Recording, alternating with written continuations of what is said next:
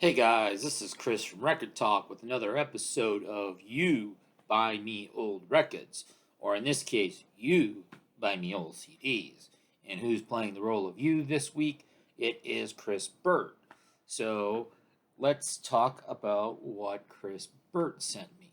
So if you don't know his channel, he's a lot more introspective, much more of a thinking channel than me.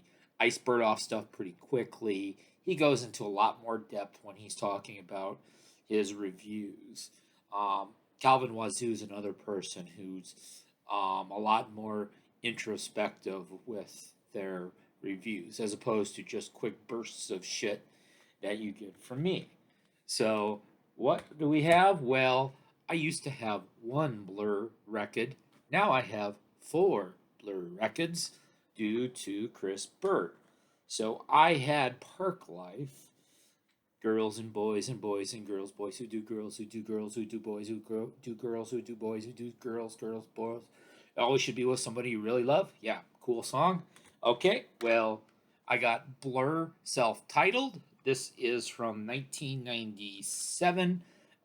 Song number two. You won't know it by the name of the song, but if you search it out on YouTube, you know that song. That's obviously one of their more famous songs for us in America. Blur was never as big as America as those of you in England, where my understanding was that they were completely massive. This is I found this very enjoyable. I like it almost as much as Park Life, and so I'm very glad that he sent this to me.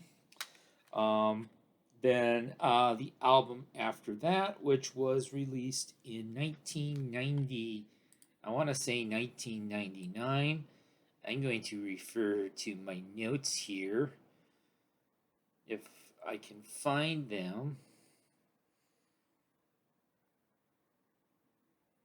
1999. So this is an album called 13. It is not their 13th album. It's lucky number 13. Um, and so this one's fine. I don't think I enjoyed it as much as I enjoyed the Blur self-titled or the Park Life I already had. But this one's pretty good. And then this one from 2003 called Think Tank. I know one of the regular members, Graham Coxon, had left. Of course, Damon Albarn is still around. And I know that this one's kind of all over the place, and it's definitely of the now four Blur albums I own. This is definitely the least of them, and apparently they already said some bad words on this record. Um, Sent me a few other things as well. So this is a Wilco record. This is a Ghost is Home from 2004. This is the follow up to uh, the Yankee Foxtrot Hotel. Let me make sure I got that name right.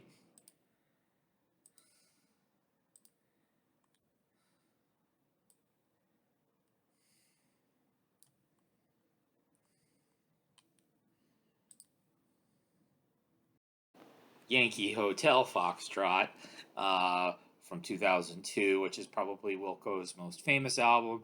This was the follow up. I very much enjoyed this. I'm very glad that Chris sent this to me. I went online and read the review by the Pitchfork guy. The Pitchfork guy is kind of a douche. I didn't bother to record his name, but so Spiders, Ride Smoke, the third song, which is almost 11 minutes long. So sometimes I make fun of epics, but this was cool. It was sort of krautrocky sounding, and I really liked it. And then there's another very long song, Less Than You Think, the 11th of the 12th tracks, which is 15 minutes long, and it's pretty experimental, pretty out there. Um, this doesn't sound like Uncle Tupelo one bit. But this was some cool stuff. Thank you, Mr. Chris Burt, for that. Um, he sent me, this is something he burned for me. Say Sue Me. This was released in, it either says 2014 or 2019. I think it's 2019.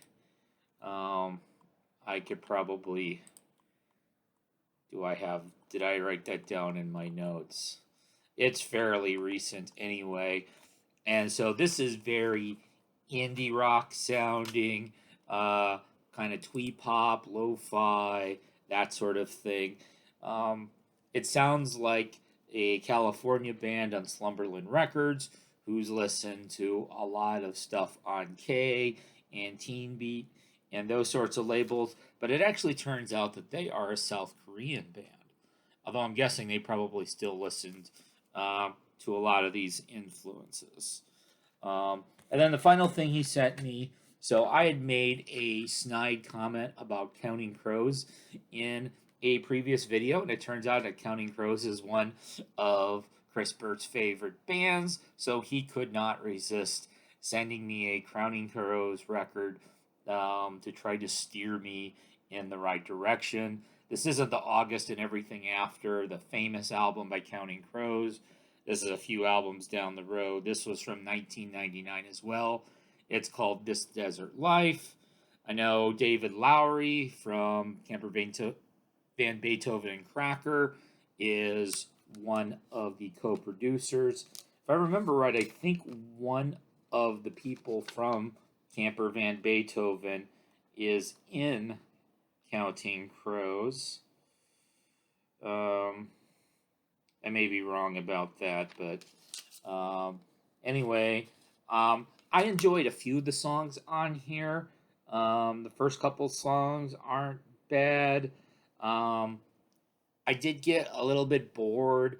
I'm not wild about Adam Duritz's vocals, I'll just be honest.